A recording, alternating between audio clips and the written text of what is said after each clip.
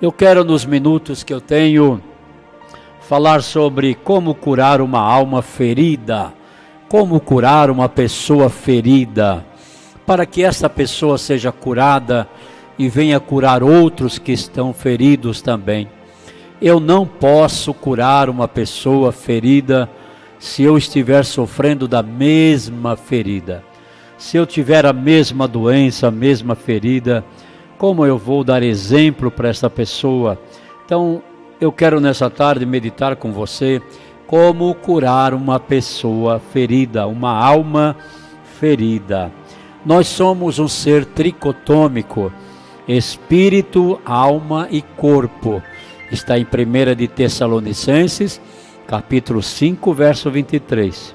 E o Deus de paz vos santifique em tudo, e todo o vosso espírito, alma e corpo estejam plenamente irrepreensíveis, estejam plenamente irrepreensíveis para a vinda de nosso Senhor Jesus Cristo. Eu vou procurar aqui e vou ler com você para que eu não venha errar, né? Primeiro livro de Paulo à igreja de Tessalônica, capítulo 5, verso de número 23. E o mesmo Deus de paz vos santifique em tudo, todo o vosso espírito e alma e corpo sejam plenamente conservados, irrepreensíveis, para a vinda de nosso Senhor Jesus Cristo. Isso é muito interessante, esse texto bíblico, para nós analisarmos, e é o que vamos analisar nessa tarde dentro do contexto bíblico. Como curar uma alma ferida. No meu peito, aqui no meu peito, está meu espírito. Ele abriga fé e consciência. Aqui na minha cabeça, a psicologia fala de mente, a Bíblia fala de alma. Na minha alma tem sentimento, intelecto e vontade. E no meu corpo tem audição, visão, olfato, o tato e o paladar. 5 sentidos do corpo. Mas na minha alma tem vontade, sentimento e intelecto. Vontade, sentimento, intelecto. Está aqui dentro dessa cachola chamada alma. E esta alma que é pecadora, quando ela não tem o encontro com Cristo, quando ela não é transformada, o seu prazer é terrível. O seu prazer é desobedecer, o seu prazer é matar, o seu prazer é beber, o seu prazer é mentir, o seu prazer é roubar, o seu prazer é adulterar, o seu prazer é transtornar, o seu prazer é anarquista. Na verdade, a alma sem Cristo, ela está perdida e ela é imortal. Ela é imortal. E isso é um grave sintoma do ser humano, quando ele está perdido e esta alma está perturbada. O ser humano é o único ser criado por Deus que fala consigo mesmo. O animal não fala consigo mesmo. Uma árvore não fala consigo mesma, de jeito nenhum. Mas o ser humano fala. O ser humano, ele tem a capacidade de se virar para dentro de si e falar consigo mesmo. O Salmo 42, verso 5, o salmista diz assim: por que estás abatido, ó minha alma? Por que te perturbas dentro de mim? Espera em Deus, pois ainda o louvarei pela salvação da sua face. Interessante, o ser humano consegue falar consigo mesmo. E outro ser criado não consegue falar consigo mesmo. Mas nós conseguimos. É uma das faculdades do ser humano, é uma das aptidões do ser humano, falar consigo mesmo e dizer como você está. O espírito, meu espírito, ele conversa com Deus, Deus trabalha dentro dele, mas a minha alma precisa de conversão. Eu vou trazer um texto à memória dos irmãos, que é o Salmo de número 32. O Salmo 32 e o Salmo 51, eles devem ser lidos juntos, primeiro o 32 e depois o 51. Salmos de Davi. Foi quando Davi errou, pecando com Batseba e mandando matar Urias, o marido dela. Depois de um ano de escuridão, de lágrimas, de dor, de enfermidade, de opressão, depois de um ano escravizado por Satanás, ele escreve o Salmo 32 e o Salmo 51. E eu quero com você aqui abrir um leque no Salmo de número 32, que diz: bem-aventurado aquele cuja transgressão é perdoada e cujo pecado é coberto. Bem-aventurado o homem a quem o Senhor não imputa maldade, em cujo espírito não há engano. Bem-aventurado o homem a quem o Senhor não imputa maldade, o Senhor não vê pecado nele, e o seu espírito não anda enganado de maneira nenhuma. Quando eu guardei silêncio, envelheceram os meus ossos. Enquanto eu escondi o pecado, escondi meu erro, eu sofria de dores no meu corpo, pelo meu bramido de todo dia. Olha só a opressão que passava o salmista, porque de dia e de noite a tua mão pesava sobre mim. Consciência culpada, a sua consciência tinha culpa. O meu humor se tornou em sequidão de estio, o meu humor mudou. Eu não fui mais a mesma pessoa quando eu escondi o meu pecado. Eu sofria de osteoporose, artrite, artrose, consciência pesada, mudança de humor. O salmista está dizendo isso no Salmo 32. Quando eu escondi o meu erro, o meu pecado, eu fui obrigado a colocar para fora, porque a minha alma estava enferma, estava ferida, minha alma estava doente. E nós hoje temos esse grave problema. Confessei-te o meu pecado e a minha maldade não encobri. Dizia eu: confessarei ao Senhor as minhas transgressões, e tu perdoaste a maldade do meu pecado. Por isso todo aquele que é santo orará a ti a tempo de te poder achar. Até no transbordar de muitas águas, muitas lutas e provas, estas a ele não chegarão. Tu és o lugar em que me escondo, tu me preservas da angústia, tu me cinges de alegre cantos de livramento. Instruir-te-ei e ensinar-te-ei o caminho que deve seguir. Guiar-te-ei com os meus olhos, o Senhor está dizendo para ele. Não sejais como o cavalo, nem como a mula, que não tem entendimento, cuja boca precisa de cabresto e freio, para que se não cheguem a ti. O ímpio tem muitas dores, mas aquele que confia no Senhor, a misericórdia o cercará. Alegrai-vos no Senhor, regozijai-vos, ó justos, regozijai-vos, ó justos, cantai alegremente todos vós que sois retos de coração. E às vezes o medo de falar, o medo de confessar, porque você não acha dentro da igreja uma pessoa que venha te ajudar. Você tem medo que aquela confissão venha sair aos quatro cantos da igreja. Você tem medo que aquela confissão, aquilo que você vai relatar a um pastor ou uma pastora, como queira na sua igreja, um líder, a uma líder, você tem medo que isso saia à luz do dia, que isso saia na rádio, que isso saia na internet, que mais tarde venham dizer: olha, ela sofria com isso, sua fraqueza era essa. E por isso você não encontra uma pessoa onde você possa se apoiar, onde você possa receber ajuda. E aí acontece que você se enclausura, você se fecha, você se esconde, e essa ferida vai aumentando, as dores aumentam, as dores nos ossos, a mudança de humor, a consciência pesada. Não é qualquer reunião que você frequenta. Você tem medo de alguém ser usado por Deus e tornar público a tua fraqueza. Isto é ruim demais para a igreja evangélica. Nós precisamos ajudar quem está ferido na alma. Nós precisamos passar para essa pessoa confiança na sua confissão. Há um escritor na Bíblia chamado A.W. Tozer.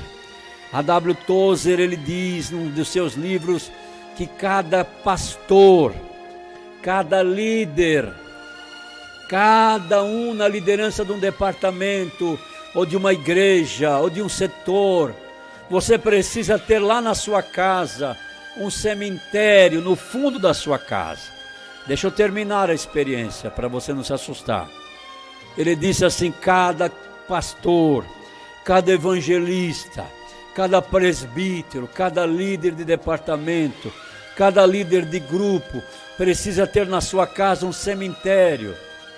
Porque quando uma pessoa vier sentar diante de você e abrir a sua alma ferida, e abrir o seu coração, e confessar a sua fraqueza, ela está pedindo socorro, ela está pedindo ajuda, ela está pedindo cura. Você pega aquela confissão, você pega aquele relato, e não abre com mais ninguém. Vai lá na sua casa, dobra o seu joelho, acha aquele teu cemitério que você abriu, abre uma sepultura e joga dentro, e diz: aqui tu vai morrer, pecado de confissão. Joga nessa sepultura, nem teu esposo, nem tua esposa, nem teus filhos, nem teu pastor, nem teus líderes saberão quando você ajudou esta pessoa a sepultar o seu erro, a sua fraqueza, o seu pecado. Se você foi chamado para liderar, se você foi chamado para pastorear, você deve ajudar quem está doente, ferido na sua alma. Isso é muito importante.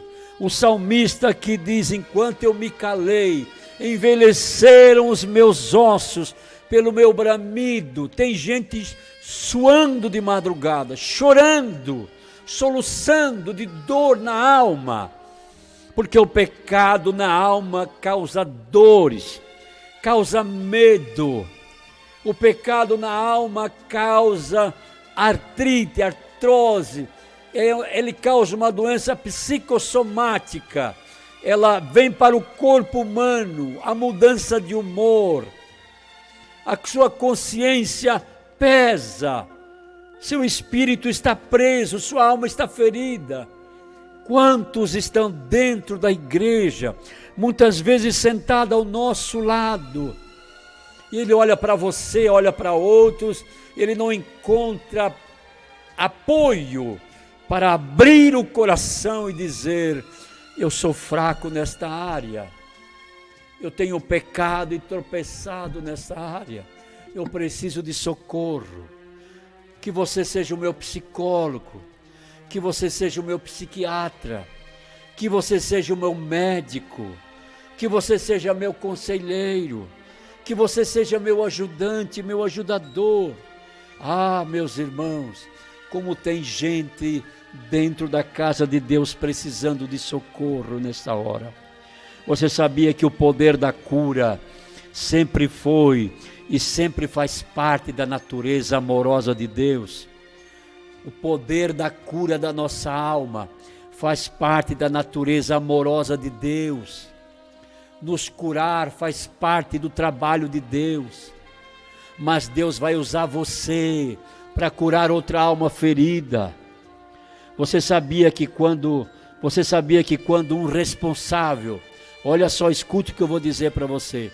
Quando um responsável como o sacerdote da casa, o pai, o cuidador, essa pessoa vem a pecar, todo lar tem um líder. Às vezes é o homem, às vezes é a mulher, às vezes é um filho.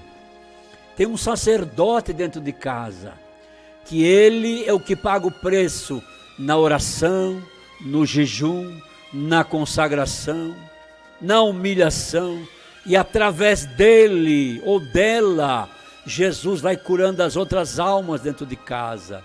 Mas você sabia que quando esta pessoa peca, quando este sacerdote cai, porque é natural, todos nós temos pé de barro, todos nós temos fraqueza, todos nós erramos, todos nós pecamos, todos nós transgredimos. Quando esse sacerdote do lar, essa sacerdotisa do lar, ela vem a pecar, ela abre uma porta, ela abre um portal, ela abre uma janela, e Satanás entra por ali, e os demônios entram por ali. Você é o sacerdote, você cuida da porta, você cuida da entrada, você é aquele intermediário entre céu e terra, entre Deus e a família. Você ainda não estudou isso na Bíblia, mas é uma realidade. A família sempre depende de alguém, e esse alguém precisa de socorro muitas vezes. Esse alguém às vezes resbala, às vezes ele cai, e Satanás não perdoa. A porta que abre, a janela que abre, a brecha que abre, ele entra. É por isso que Deus diz lá em Ezequiel 32, eu estou procurando um homem que se coloque na brecha. Cada família tem que ter uma pessoa que se coloque nessa brecha, para que o inimigo não entre, porque quando ele entra enfermidade nos filhos, entra desemprego, entra miséria, entra loucura, entra depressão, entra tantas coisas miseráveis que ele traz com ele, e ele não perdoa, ele vem para desgraçar a vida da família, porque ele está esperando há tempo na brecha para entrar, e às vezes o sacerdote cansa, às vezes o intercessor cansa, às vezes a sacerdotisa cansa, de tanto jejuar, de tanto orar, de tanto consagrar, e não ver mudança na família, e a pessoa desiste, e aí Satanás se aproveita. Mas essa é uma tarde de cura, essa é uma tarde de cura. Aqui está um homem diante do seu erro, o homem segundo o coração de Deus. Davi era o homem segundo o coração de Deus, e ele era um homem intercessor na sua casa. Ele era pai, ele era rei, ele era profeta, ele era adorador, mas ele tropeçou. E quando ele tropeça, o profeta Natan diz: a brecha se abriu. Olha, eu vou falar por detalhes, como a gente fala no século 21. Disse: Davi, tu abriu uma brecha, e a espada entrou por ela, e nunca mais se afastará da tua família. Aquela família que Davi tinha, começou a ter Absalão dormindo com as mulheres de seu pai, um outro matando seu irmão, incesto dentro da família, e começou, a morte entrou e dificilmente saiu. Eu digo para você nessa tarde, o sacerdote não pode errar. Quando ele erra, você tem que procurar rapidamente tapar de novo essa brecha. Qualquer um de nós erramos, qualquer um de nós tropeçamos. Mas se você que me ouve, é o sacerdote, é o homem e a mulher que guarda essa porta, essa brecha, você deve se levantar rapidamente e dizer: Deus, perdoa-me, eu me coloco novamente nessa brecha, e eu repreendo todo espírito maligno que entrou na minha família e precisa sair, porque a minha família precisa de cura. Aqui está a leitura. E nessa leitura você encontra, olha só, ele entrou com osteoporose, artrite, artrose, peso na consciência, mudança de humor e morte na família. Esse miserável desse inimigo que nós temos, ele não perdoa. A porta abriu, ele entra. Nós temos hoje muitas pessoas feridas dentro da igreja. Como ajudá-las na sua cura, para que ela possa ajudar e curar outras pessoas? Nós temos muitas pessoas com muito tipo de feridas dentro da igreja, pessoas doentes no seu relacionamento conjugal. Como nós temos hoje pessoas doentes no seu relacionamento conjugal, marido que não entende a esposa, esposa que não suporta mais o marido, e esse relacionamento fica doentio, e esse relacionamento doentio traz uma enfermidade para a alma. É muito interessante você estudar isso. hoje exemplo de masculino e feminino, a relação entre esposo e esposa, um relacionamento machucado, ferido, que um não suporta o outro, estão se tolerando por causa muitas vezes da posição que tem dentro do ministério. Quantas pessoas estão aparentemente em comunhão, porque lá na igreja eu tenho uma posição de destaque e eu não posso manifestar para as pessoas que nós estamos machucados e feridos um com o outro dentro da minha casa. Quantas vezes nós vemos isso, as pessoas fazendo uma maquiagem no seu relacionamento conjugal, no seu relacionamento afetivo, mas na verdade estão doentes, na verdade estão feridos. Ninguém pode saber, ninguém pode entender que há uma ferida na alma desse homem e da sua mulher, apesar de que eles sejam líderes destacados no ministério. Ah, meus irmãos, quantas vezes, mulheres que sofrem na hora do seu relacionamento somente para agradar o seu marido e marido para agradar a sua esposa. Pessoas que foram machucadas por um pastor, por um líder e não querem mais estar na igreja, de jeito nenhum. Não me peça mais para ir aos cultos, porque ele me machucou de púlpito, ela me machucou com palavras, ele me machucou com isso, me machucou com aquilo. E muitas vezes as pessoas estão feridas, estão doentes, estão precisando de cura, e nós viramos as costas para essas pessoas. E nós não damos o valor devido ao que ela está precisando. Aquela alma está chorando. Quando ela olha para nós, ela chora. Ela está dizendo: me socorre, me ajuda. Ela não está sentindo a presença de Deus. Ela está sentindo remorso. Ela sabe que se ela morrer com aquela alma ferida, ela não entra no céu. Ela não está salva. Tem filhos machucados por seus pais, pais machucados por seus filhos, por falta de perdão, por falta de compreensão. O último verso do Antigo Testamento fala de perdão horizontal, não é perdão vertical. Perdão vertical é entre o homem e Deus, é perdão horizontal. Fala assim, Malaquias capítulo 4, verso 6. E ele converterá o coração dos pais aos filhos, e o coração dos filhos a seus pais, para que eu não venha e fira a terra com maldição.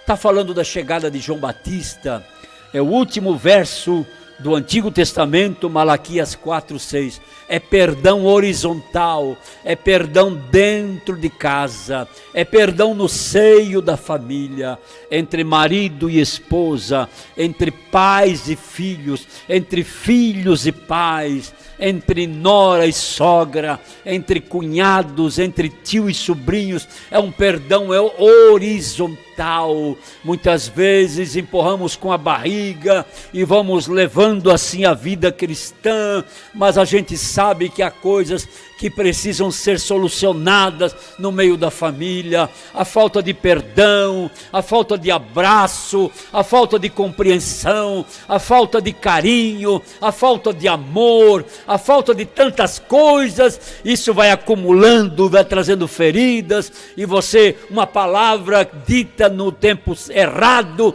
causa muita estranheza, e as pessoas começam a degladiar, a brigar, e o que vem disso é muitas vezes o afastamento da igreja, o afastamento do ministério, o afastamento do ser humano da presença de Deus. E nós precisamos curar.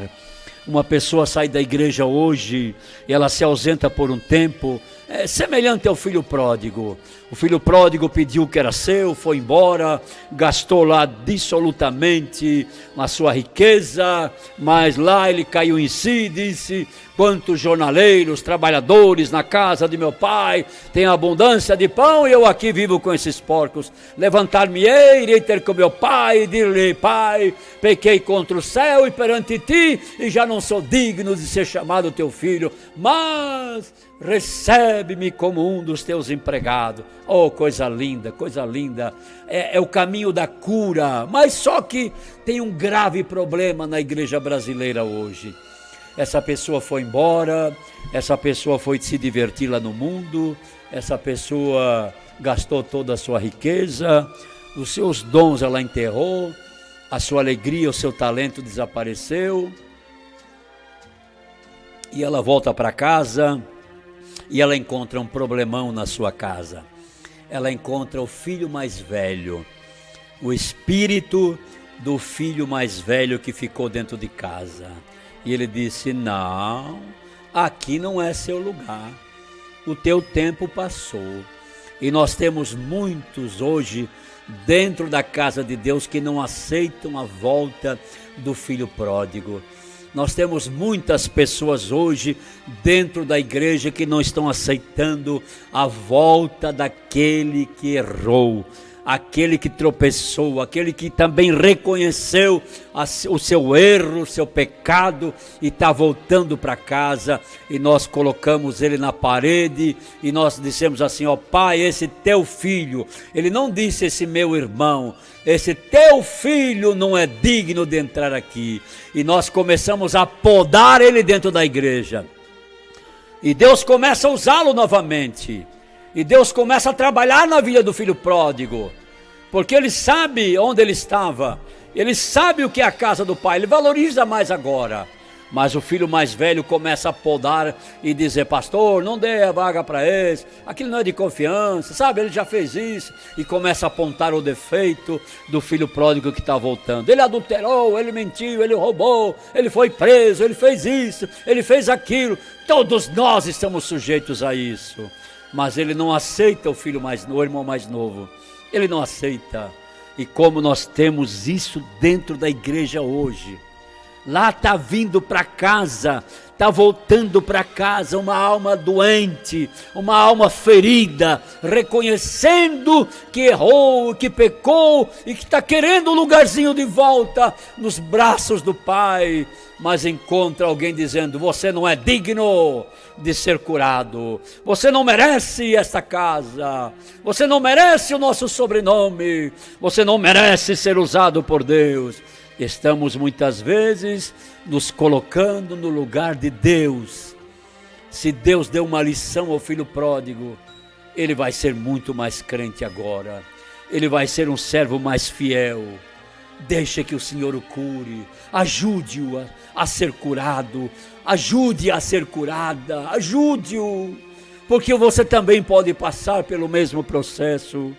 Uma pessoa traída, uma pessoa injustiçada, traz na sua alma uma ferida. Ela precisa saber perdoar para poder receber sua cura. Nós precisamos olhar dentro da casa de Deus e ajudar a curar aqueles que estão doentes. Estão doentes na sua alma, estão doentes no seu desejo, estão doentes no seu intelecto, estão doentes nas suas vontades. A sua alma está enferma e ela precisa de cura. Deus tem a cura para aqueles que abrem e rasgam o coração e dizem: Senhor, olha aqui, voltando para casa, eu sou um leproso, eu sou um errado, eu errei, eu pequei, eu transgredi, mas eu reconheço a minha fraqueza, eu reconheço o meu erro, Senhor, e eu venho te pedir perdão. Aleluia, aleluia, aleluia. É aí que o salmista disse: porque estás abatido, ó minha alma, e porque te perturbas em mim. A pessoa, quando está doente, quando ela chega na presença de Deus, ela precisa desse milagre. E ela sabe, ela conversa com a sua alma e ela diz: espera em Deus, espera em Deus. Deus vai te curar, espera em Deus. Deus vai trazer alguém para nosso lado para nos ajudar. E a pessoa, quando chega na casa de Deus, ela chega cabisbaixa, ela chega humilde, ela chega doente, ela precisa de um abraço, ela precisa de cura, ela precisa de carinho, ela precisa de amor, ela precisa de socorro. E quem é que Deus vai usar se não é você que está de pé? Eu e você que estamos de pé, é esses que Deus vai usar. Não jogue fora, não abra a porta e não chute para fora aquilo que Deus está mandando para dentro da sua casa. Não vamos pecar contra Deus e contra essa pessoa, não. Vamos valorizar, cada alma custou o sacrifício do Calvário, o amor de Deus naquele sacrifício na cruz do Calvário. Como pensar na mulher apanhada em ato de adultério lá em João capítulo 8? Como é que você pensaria? Se fosse alguém da minha família, se fosse eu, aquela mulher trazida, pegada em ato de adultério e trazida aos pés de Jesus. Senhor, esta mulher foi apanhada no ato de adultério e a lei de Moisés manda matá-la, e tu que dizes? E Jesus disse: qual é a alma de vocês aí que não está doente? Quem é de vocês aí que nunca cometeu coisa pior do que ela? Quem é de vocês que nunca pecou? Atire a primeira pedra. Todos nós pecamos, todos nós erramos, todos nós transgredimos. Como é que você olha para aquela mulher prostituta que levou um frasco de nardo puro para ungir Jesus na casa do fariseu? Aquela mulher que comprou com sacrifício um jarro de perfume que valia um ano de salário, E ela quebrou aquele vaso, ungiu a cabeça de Jesus, beijou seus pés, enxugou com seus cabelos as lágrimas que caíam nos seus pés. E Jesus disse: Simão, Simão, deixa eu te contar uma história, Simão. Havia 2 devedores de um senhor. Um devia 500 dinheiro, outro devia 50. E ele perdoou a ambos, Simão. Qual dos 2 tu acha que vai amar mais aquele senhor? E Simão disse: eu acho que aquele que foi perdoado mais. Pois é, Simão, cheguei na tua casa e tu não me beijou como deveria, porque eu sou teu convidado. Mas essa, desde que eu cheguei aqui, está beijando meus pés e regando com lágrima, enxugando com seus cabelos. Pois é, Simão, como você me convidou para o jantar, você deveria me ungir com azeite e você não ungiu, Simão. Mas essa, ela quebrou um vaso de nardo puro de muito valor e derramou sobre a minha cabeça. Agora, Simão, deixa eu dizer uma coisa para você. Você é um religioso, mas ela é uma pecadora. E eu vou dizer que os muitos pecados dela são perdoados nesta hora, porque ela muito me amou. Olha, meus irmãos, nós temos muito que aprender com Jesus sobre o valor de uma alma ferida, o valor de uma vida que está ali à morte, à beira da morte. O ladrão da cruz, o ladrão da esquerda disse: se o Senhor quiser, salva nós a si mesmo, bebendo, fumando, usando droga, prostituindo, matando, roubando. Mas o ladrão da direita, que nenhum dos 2 era bom, disse: Senhor, lembra-te de mim quando entrares no teu reino, porque eu sei que tu podes me curar. Eu sei que tu podes curar a minha alma. Eu sei que tu podes mudar a minha vida. Eu sei que tu és o Rei dos Reis, o Rei dos Judeus. Tu és o Filho de Deus. Ele disse: hoje mesmo, estarás comigo no paraíso. Oh, maravilha! Esse Jesus é bom demais. Ele é bom demais quando nós abrimos o coração, abrimos a capa, tiramos para fora a nossa alma e derramamos ela diante dele. Dizemos: Senhor, eis aqui, olha as minhas fraquezas. Estou na tua casa há tanto tempo, mas eu sou fraco na carne, eu sou fraco na fofoca, eu sou fraco na inveja, eu sou fraco, Senhor, na indisciplina, Eu sou fraco, Senhor. Ó Deus, eu sou fraco em tantas coisas que eu cometi na minha vida. Eu sou fraco no adultério, na pornografia. Eu sou fraco, Senhor, na prostituição. Eu sou fraco na pedofilia. Eu sou fraco no incesto. Eu sou fraco na infidelidade conjugal. Eu sou fraco na infidelidade financeira. Senhor, esse miserável que sou eu. Aí você derrama a sua alma diante daquele que tem o poder de curar a nossa alma. Ele tem o poder de curar a nossa alma, de arrancar essas feridas, de cicatrizar e de dizer: perdoado estão os teus pecados. Perdoado estão os teus pecados. O Salmo 51 do salmista Davi diz: tem misericórdia de mim, ó Deus, segundo a tua benignidade. Apaga as minhas transgressões, segundo a multidão das tuas misericórdias. Lava-me completamente da minha iniquidade e purifica-me do meu pecado. Porque eu conheço as minhas transgressões e o meu pecado está sempre diante de mim. Contra ti somente pequei e fiz o que é mal à tua vista, para que seja justificado quando falares e puro quando julgares. Eis que em iniquidade fui formado, e em pecado me concebeu a minha mãe. Eis que amas a verdade no íntimo, e no oculto me fazes conhecer a sabedoria. Purifica-me com ensopo e ficarei puro, lava-me e ficarei mais branco do que a neve. Faze-me ouvir júbilo e alegria, para que se alegrem os ossos que tu quebraste. Esconde a tua face dos meus pecados e apaga todas as minhas iniquidades. Cria em mim, ó Deus, um coração puro e renova em mim um espírito reto. Não me lances fora da tua presença e não retires de mim o teu espírito voluntário.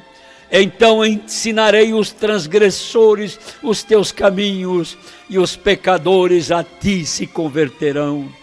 Livra-me dos crimes de sangue, ó Deus, Deus da minha salvação. A minha língua louvará altamente a tua justiça. Abre, Senhor, os meus lábios, e a minha boca entoará o teu louvor. Pois não desejas sacrifício, senão os daria. Tu não te deleitas em holocausto. Os sacrifícios para Deus são o espírito quebrantado, e um coração quebrantado e contrito não desprezarás, ó Deus. Faze o bem a Sião, segundo a tua boa vontade. Edifica os muros de Jerusalém. Então te agradarás do sacrifício de justiça, dos holocaustos e das ofertas queimadas. Então oferecerão novilhos sobre o teu altar. Tem misericórdia de mim, ó Deus, ó Deus, ó Deus.